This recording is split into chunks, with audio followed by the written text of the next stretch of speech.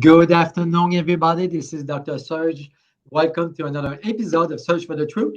And our goal with this show is to empower people with knowledge in order to, improve our health naturally. Because I'm a firm believer that we can address a lot of different issues, different ways more naturally than using chemicals or band-aids. And today we're going to be talking about this actually with my following guest, Dr. Diane Mueller. Thank you for joining us today. It's my pleasure. Thanks for having me, Dr. Serge. Awesome. You have a long list of credentials. You are doing a lot to help people. So first of all, can you tell us a bit about yourself Sure. and why you're so passionate about what you do? Because you're MD, you're a doctor, but you do things a little bit different than the traditional ways, right?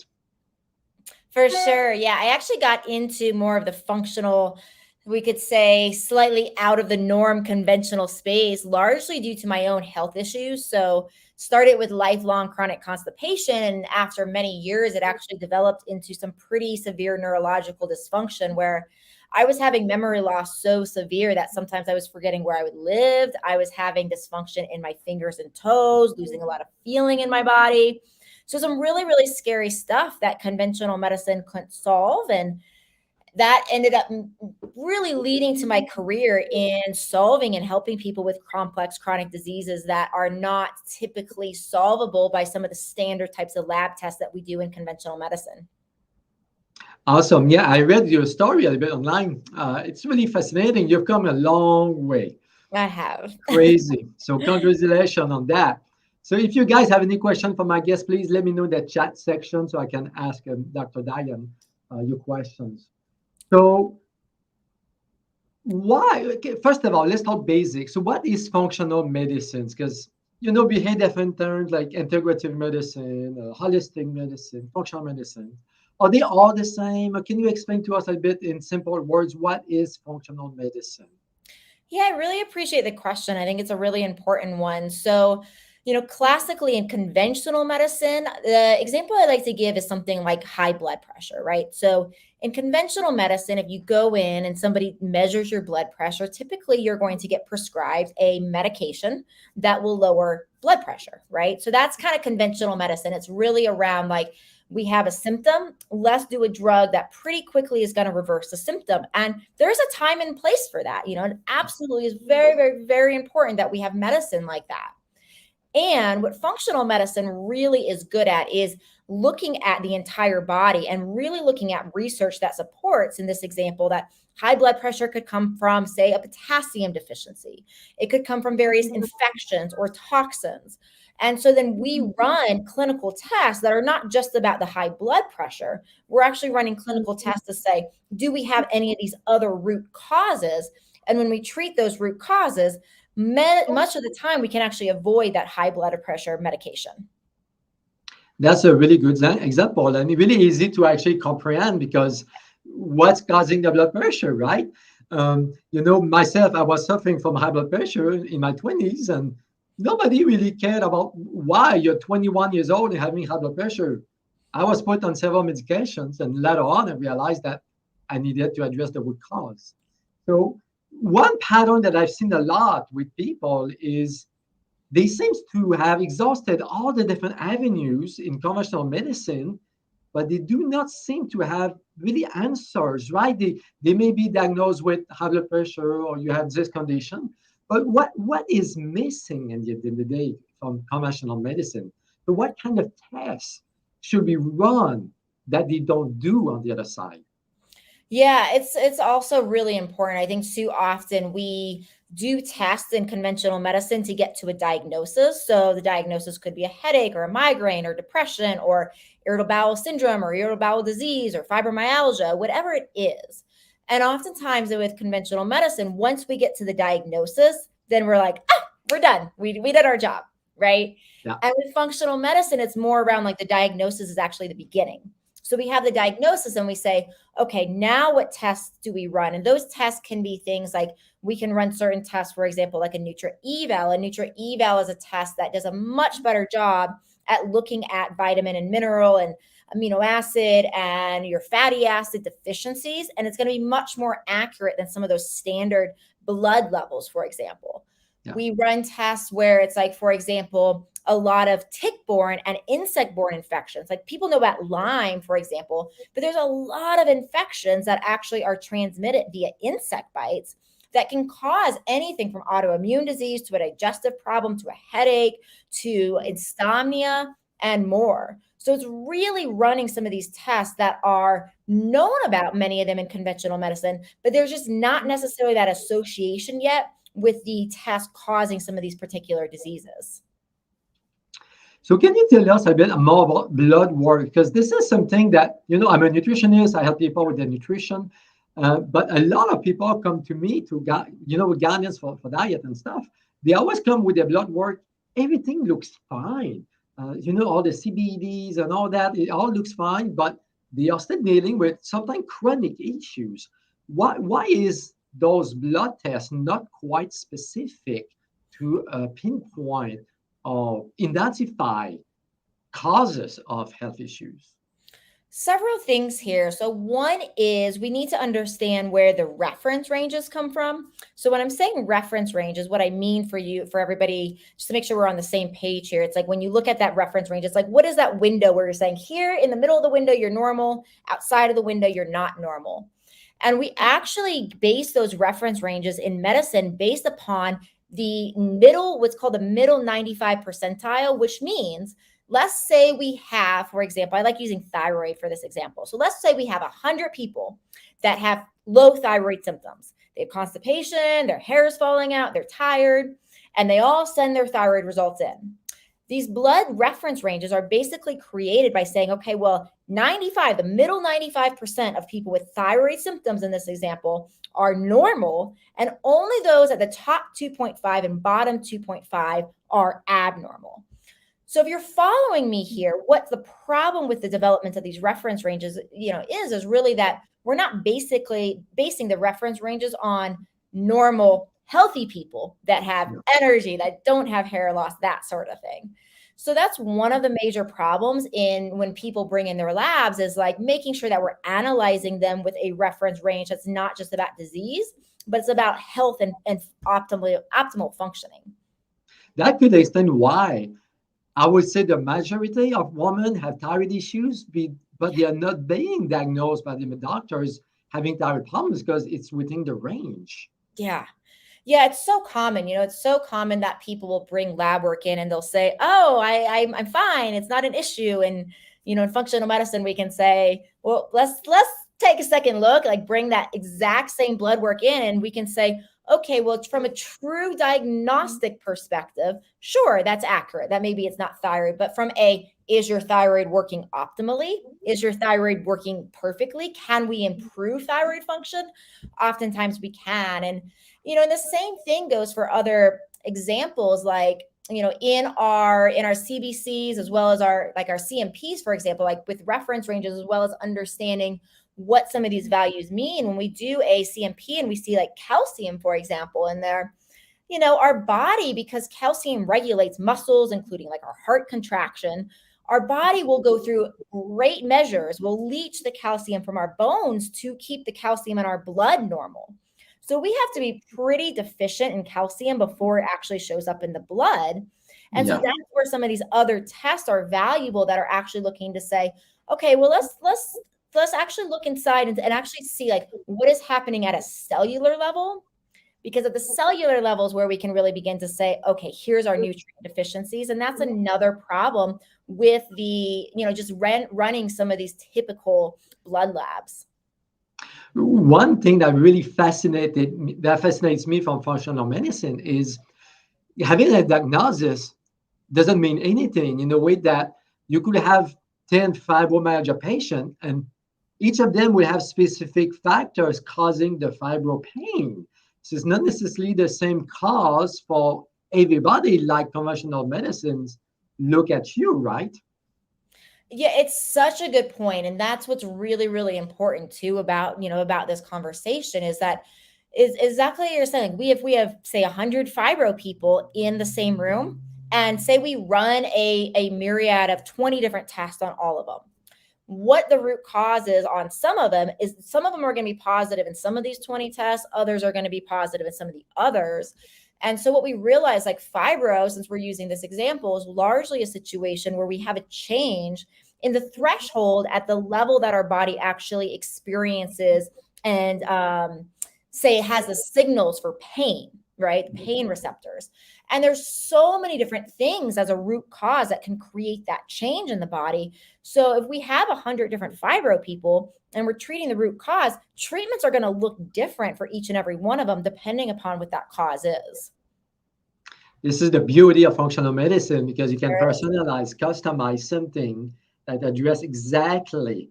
It's really so specific. It's really amazing how it works. And that brings me to my second point is why functional medicine doctors like yourself sometimes hit the wall with conventional medicine, right? Or your colleagues may not look at you the same way as they look at conventional doctors, right? There's a resistance there. And at the end of the day is the patient actually that doesn't get the service that they need to deserve to get. Yeah, I mean, I think it's really important for people to be advocates for themselves. And if you've been told, if anybody's listening and you've been told like, this is just it, you have to live with this for the rest of your life. The number of my patients, it's probably 80% of my patients that have been told that at one point in time of like, there's nothing that can be done. And unfortunately, I think in our current medical model, because it's all of these appointments packed into 7 to 10 minutes, that it's not that doctors don't care. It's not that they don't want to get to the root. None of that is actually true. It's that we're just in this medical model now that is largely driven and run by insurance companies bossing doctors around and telling them what to do, where we have a problem where doctors don't actually have the time to ask the questions to get to the root cause. And so oftentimes it's like they don't see changes because, they're not actually doing that sort of work. And then it leads to the proliferation of this belief that things can't change, even though there's a lot of studies that are really showing that there are root cause. I mean, there's studies like on Alzheimer's, linking Alzheimer's to blood sugar. Alzheimer's is now called type 3 diabetes, linking Alzheimer's to mold toxins, to chronic infections in the brain. But yet we're actually still saying that there's no cause of this, even though there's data that is proving otherwise. Yes, you're correct. So that was my case, actually. So in my early teens, I was diagnosed with fibromyalgia, and I was put on antidepressant and painkillers. And for 10, 15 years, I believed my doctor, there's nothing you can do about this. But at some point, it didn't make sense to me. So taking medication for the rest of my life, the side effects, that's how I got into nutrition. So, and I'm always impressed when functional medicine doctors run some panels for food sensitivities, not necessarily food allergies, but food sensitivities. And again, it seems that those results or sensitivities are individual based, not just everybody should avoid these certain foods. Oh, yeah. I mean, and the big thing with food sensitivities, I think, too, just for, all of the listeners here is that we have a lot of different ways we can react to food. So a lot of people, when they think they have an allergy test and they're like, oh, I can eat soy or I can eat walnuts or whatever it is. And because their allergy test said they're fine. And we have a lot of different ways we can react. So like an allergy test is all it's really saying is your immune system reacting to food by releasing histamine? Yeah. And, there's a lot of different ways our immune system can react that are non-histamine related. And an allergy test is not going to show that. And that's where I think people have a lot of misunderstanding, unfortunately, where it's like, oh, I thought walnuts maybe made me feel weird, but my allergies test said I'm fine. And it's probably that if that's the case, that you are reacting to it. Your immune system's reacting it. It's just not through that classic histamine mechanism that's going to cause the itchy eyes, the runny nose, that sort of thing. Correct. That's a really good point, because a lot of people relate allergies to those different symptoms. And when it comes to food, that may not be the case. According to your experience, what is the major triggers or cause of food sensitivities? Because it seems that it's more and more common than 20, 30 years ago. Yeah, there's actually so many causes of it. So One way of looking at food sensitivities in part is according to something like intestinal permeability or leaky gut. So one thing that can happen for those of you guys that don't understand kind of the mechanism behind intestinal permeability, aka leaky gut, it's literally where the spaces in your gut have separated enough where larger food particles make their way from the gastrointestinal tract to the bloodstream. And these food particles are large enough where they're not broken down. And the immune system starts basically seeing these larger food particles. And we're not supposed to have these larger particles there. So the immune system's like, what the heck? This is a problem. This isn't normal. And we start reacting to it. So certainly intestinal permeability we see in research as a huge root cause. But the thing I always like people to know is because people often end up in my office and they'll say, "Oh, I just have really bad leaky gut," and it's like, well, what does that even mean? So it's like in functional medicine, we always want to keep asking why. So if we have really bad leaky gut, then it's like, well, what is causing that leaky gut? And then we can get into yeast and parasites and small intestinal bacteria overgrowth, and even things like toxic metals, for example, can actually cause intestinal permeability.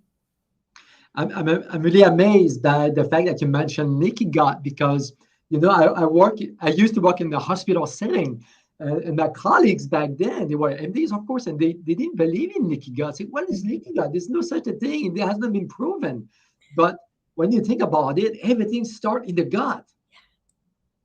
Yeah. So like the gut is responsible for so many things. And the thing of it is, it's like from a proven factor, we see more like I'm speaking straight out of studies, it's like as you and I know, it's like the things that like come into the medical world from a research perspective, it's like it's changing every day. And it sometimes takes a long time for the research to trickle into the medical paradigm, which is why it's so important that people like you and I are staying up, to date on all of this. Yeah. I heard some doctors saying that it takes 20, 30, something 40 years for the new science to reach the medicine of today. So that's a long time. And people are missing a lot of the benefits of those new concepts and technologies. It's really unfortunate. Yeah, it really is. And that's what I've heard too. I've heard it's kind of like a minimum of 20 years before it actually reaches the medical community. And so having and working with people in your healthcare plan that are actually putting time aside to review the literature, it becomes pretty important because unfortunately, it just takes a long time for it to catch up to how we diagnose in medicine. So as docs, I think it's really important that we're taking time aside to say, okay, well, then it's our responsibility and our responsibility to our patients to make sure we're staying up to date with the current literature. Again, to piggyback on what you said a few minutes ago, I think doctors today don't really have the time, right? They see 40, 45 patients a day every 5 minutes. At the end of the day, they're tired, exhausted. They don't have the time to review the literature like you do. I think it's really important to find somebody who is up to date on the state of the science in our field. Yeah, 100%. And we don't do that without making time for that. And unfortunately, because like I said, to just kind of continue that point from earlier too, around insurance largely dictating how we practice medicine as docs for people that are working under the classic insurance model. So when that happens, the downside is like the patient suffers because it's not really the doc that's saying, hey, I'm going to set aside 4 hours every week to go into this. The insurance companies are like, no, we're not going to pay you if you do that. Yeah. And then this vicious cycle occurs. That's really unfortunate. The whole system is a bit backward. But there's more and more people, like you said, you got out of that mode and look for more answers than just blood work and put in a name on a condition. So there's reasons of it. I would like for you to talk a little bit about Lyme, because when I was diagnosed with fibro and when I started to look for answers, I found a functional medicine doctor in Boston, actually. And she was the one who diagnosed me with Lyme. Nobody looked for Lyme, but they maybe did some blood work for Lyme, but it was always negative. It seems that Lyme is a much more concerning pathogen than what medical doctors will believe. So what is the prevalence of Lyme? What is Lyme exactly, and what can Lyme cause in the body? So Lyme is actually a diagnosis for a bacterial infection called Borrelia burgdorferi. And we used to think that this bacteria was only seen in ticks.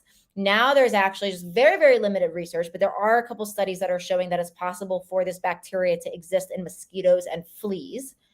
In addition to that, we used to think that this bacteria was only found in ticks in certain areas of the world, like the New England states in the United States, in the upper northern East Coast, for example. And now we're realizing that there's a songbird that actually originated out of Ontario, Canada. And this particular songbird has been shown to actually carry the larvae of infected ticks in its belly. And as gross as this is, when the songbird flies all over the world, it actually basically, when it's defecating, it's dropping the larvae of these infected ticks onto the ground. And that's one of the reasons that this has become much more of a global problem than was originally thought. And so typically people are only thinking of Lyme if it's like they're a tick bite and they have what's called a classic bullseye lesion rash, which just looks kind of like a target. Now we also know that only about 25% of people have that rash. And Lyme is the great mimicker, so it's like fibro is a great example. Lyme's a huge, so many of my Lyme patients have fibro, and they've just been told, like you're explaining, I have fibro, I have to live with it. Yeah, that's not true.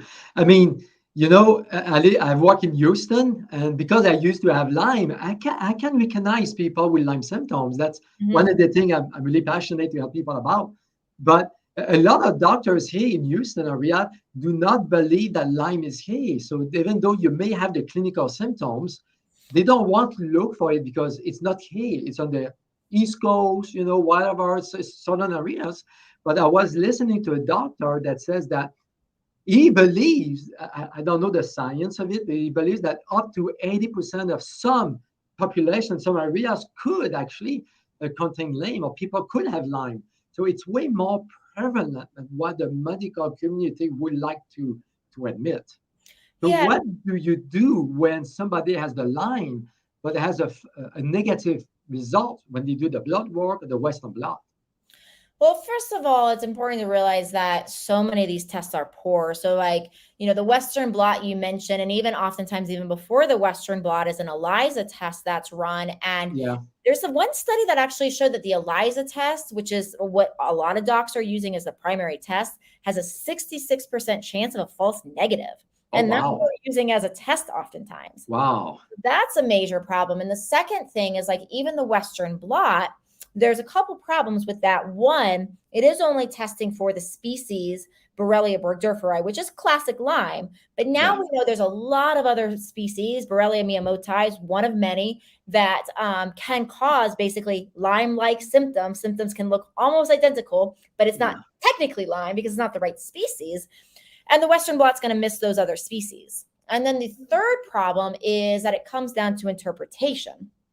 So most of us that treat Lyme, we know how to interpret the Lyme test correctly, but just like the thyroid in that example from earlier, if we're not looking at this with the proper lens of how to interpret this information, which most of us are not taught that proper way in medical school because of the fact that research has changed, then we're not actually looking at the test and interpreting it correctly. And we could actually be staring at a positive test and actually telling our patient it's negative unless we have that training. So what specific test do you recommend for those people? Because sometimes I meet people who are really frustrated. They've done the test 5, 6, 7 times, negative, but they know they have all the clinical symptoms. So is there a specific test that you recommend, or on the other side, maybe meet somebody who's really an expert like yourself in Lyme? Yeah, there's a lab company called Vibrant Wellness, and they have, in my opinion, the best Lyme test on the market at this time. And so they're doing the classic Western blot, and it's important to be analyzing it from a Lyme literate doc, but they're not just looking for Borrelia burgdorferi. They're looking for a lot of different species of Borrelia. And then the other thing they do is they look for a lot of the co-infections, which are basically infections that are transmitted at the same time of the insect bite. And for some people, Lyme is negative. It's not Borrelia, but they might have one of these other insect-borne infections, and the symptomatology can look much the same. Good point. I mean, I was reading some science on tick bites, and I was impressed. Actually, I didn't know that a bite could have 25, 30, 35 species of pathogen, parasites, viruses, all kind of stuff. So it's not just Lyme at the end of the day. It could be a bunch of different things. And you guys look for those different possibilities. Absolutely. And it's one of those things, symptoms can look so similar. And because Lyme is the great mimicker, it's like it can cause headaches, migraines, insomnia, fibro, like you said, all sorts of pain that can look like rheumatoid arthritis, Yes. night sweats that, of course, can look like early onset menopause in some women.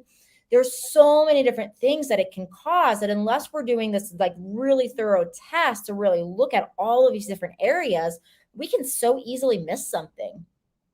You're right, because Lyme can mimic pretty much everything. But Yeah. when you start reading the science of Lyme, I mean, you can connect Lyme with pretty much all different health issues of that. Like you said, it could be autoimmune, arthritis, inflammation, and so on and so on. Yeah. So it's been 30 minutes already. Time flies. Time flies. So as a final note, so what would you say for somebody? Because this is a pattern that I've seen more and more and more for the last, I would say, 2 or 3 years, that people get really frustrated. I had a patient who went see 80 different doctors with no diagnosis, even though she was sick. So what would you tell those people, as to help them, to give them some hope, to Mhm. find answers to their health problems? I would tell them, believe yourself. If you feel like there's a problem, there is. And if Yeah, you've been told this is in your head and you have to live with this for the rest of your life, absolutely question that and keep looking, keep searching for somebody that can help you. And just continue to be a self advocate, because I do see these complicated things reversing every single day. Takes time, you yeah, know, but it's yeah, really possible once you find the root. So keep advocating yourself, keep asking questions, and keep working with somebody or looking for somebody until you find somebody that's going to believe you and take you seriously. yeah. That's a good point, because sometimes I meet people and they don't have the hope because the medical doctors told them it's in your head. You don't have that. You make everything up. Take this pill, go home. But that's not the case. Believe yourself. You're right, because if you feel off, something is off. Yes. So I have Dr. Mueller's website rolling across the screen. So that's your website. You wrote a book. You have all kinds of videos and information, a lot of resources, actually. I was really impressed by your dedications to help people who didn't find answers yet. So, guys, if you have any questions, reach out to her. She has a nice website. Is there any other ways to reach out to you? Facebook, social media? Yeah. So the website running across the screen, that is my website for my online school. I have a school that trains clinicians all over the world in functional medicine. And then if you're more looking for help for yourself as like a potential patient, that website is medicinewithheart.com. And so Facebook has medicinewithheart.com, Instagram has medicinewithheart.com. So we have Okay. TikTok, medicinewithheart.com. Okay. So all of those different things. So all the normal social media stuff. But if you're a clinician and want training, then the website that's running across the screen is perfect. Awesome. Doctor, thank you so much for your time. We didn't cover everything I wanted to cover, so you will have to come back That if sounds you have some time. great. Awesome. Thank you. Have a good rest of the day and happy holidays to you and your family. Thank you, Dr. Serge. Great to be here. Thank you.